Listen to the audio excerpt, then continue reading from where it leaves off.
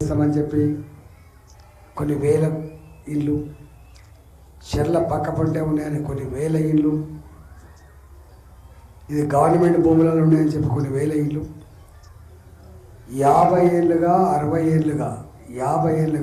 ఏళ్ళుగా ఆనాడు పుట్ట చేత పట్టుకొని తెలంగాణ నుంచి ఇక్కడికి వస్తే, శ్రీకాకుళం విజయనగరం నుంచి ఇక్కడికి వస్తే, లేదా రాజస్థాన్ యూపీ లాంటి దూర ప్రాంతాల నుంచి వచ్చి మొట్టమొదటిగా ప్లాస్టిక్ షీట్లు వేసుకొని మనిషి నివసించని ప్రాంతంలో వాళ్ళు నివసించారు. ఓ 10 ఏళ్ళు 20 ఏళ్ళు కష్టపడి ఒక రేకుల షెడ్ వేసుకున్నారు వాళ్ళు, ఒక ఫస్ట్ పోల్ ఇల్లు కట్టుకున్నారు వాళ్ళు. వాళ్ళ కరెంటు కనెక్షన్ ఉన్నది, నల్లా కనెక్షన్ ఉన్నది, ట్యాక్సీలు కడతారు. జీవో 58, 59 కింద కొంతమంది రెగ్యులేషన్ చేసుకున్నారు. కొన్ని ప్రభుత్వాల వల్ల పట్టాలు ఇచ్చినాయి. కానీ వాళ్ళ 50 ఏళ్ళుగా 60 ఏళ్ళుగా ఏ పేదలైతే నివసిస్తున్నారో ఇవాళ హైడ్రా పేరిట చెప్పకుండా చేయకుండా నోటీసులు ఇవ్వకుండా శనివారం ఆదివారం అయితే కోర్టులు ఉండేయని వచ్చి కూలగొడుతున్నారు.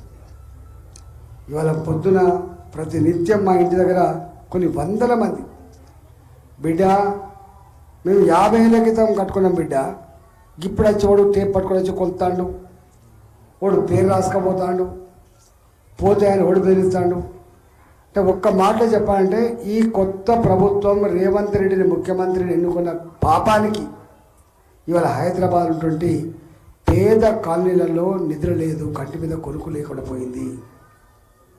ఇవాళ ఈ ప్రభుత్వం ఉన్న గుడిసెలే పీకెత్తే, ఉన్న ఇండ్లే కూలగొడితే, మీరు చూసిన టీవీలలో ఒక ఆమె అయితే, అయ్యా నా కొడుకు క్యాన్సర్ వచ్చింది, ఈ వాటర్ ప్యాకెట్లు అమ్ముకొని బతుకుతున్నా, భూమి నాది కాదు, నేను లీజు తీసుకున్నా, నీ కాళ్ళ మీద పడతా అని చెప్పి కాళ్ళు మొక్కినా కూడా కనికరించకుండా కూలగొట్టిపోయినారు.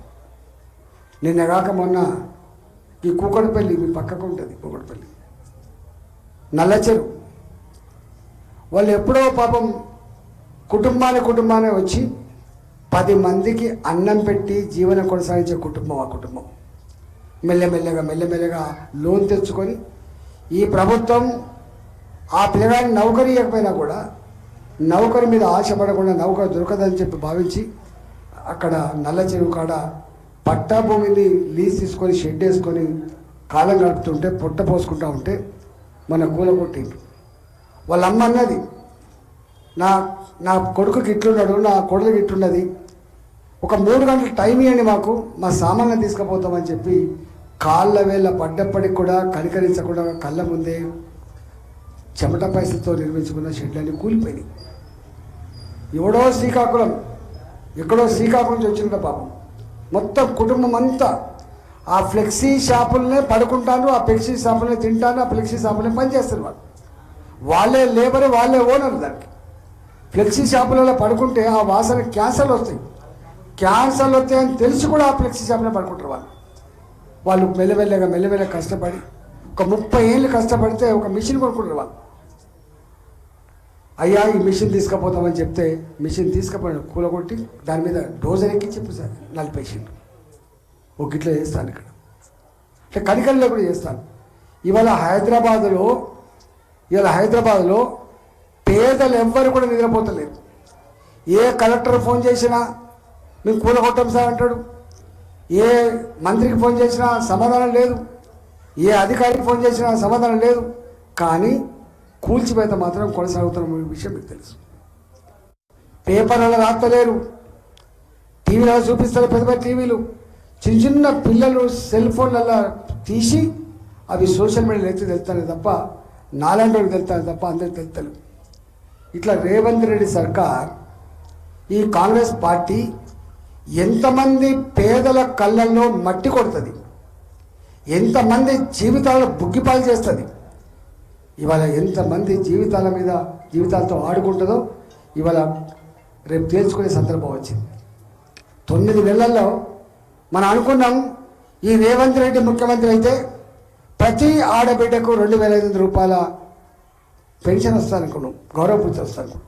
ఏం చెప్పిండు? ప్రతి మహిళకు 2,500 రూపాయలు తప్పకుండా ఇస్తా అని చెప్పిండా లేదా? ఇచ్చిండా? చదువుకునే ఆడపిల్లకి స్కూటీ ఇస్తా అని చెప్పిండు, ఇచ్చిండా?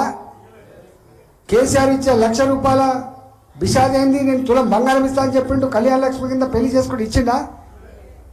తులం బంగారం రాలే, 2,500 రూపాయలు రాలే, 2,000 రూపాయల ఉన్న పెన్షన్ 4,000 రూపాయలు రాలే, 4,000 రూపాయలు ఉన్నటువంటి హ్యాండిక్యాప్డ్ పెన్షన్ 6,000 రూపాయలు రాలే, చదువుకున్న ఆడపిల్లకు స్కూటీ రాలే.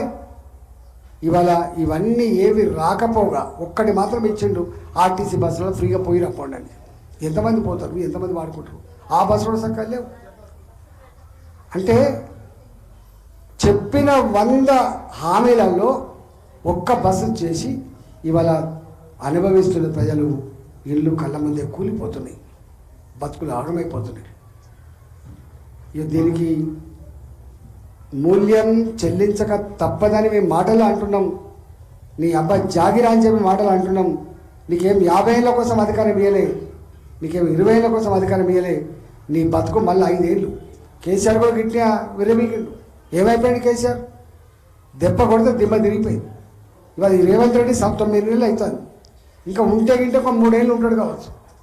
కానీ ఉన్న 3 నెలల్లో పేదల జోలికొచ్చి పేదల బతుకులలో మట్టి కొడితే తప్పకుండా పేదల ఉసురు తగలకపోదు.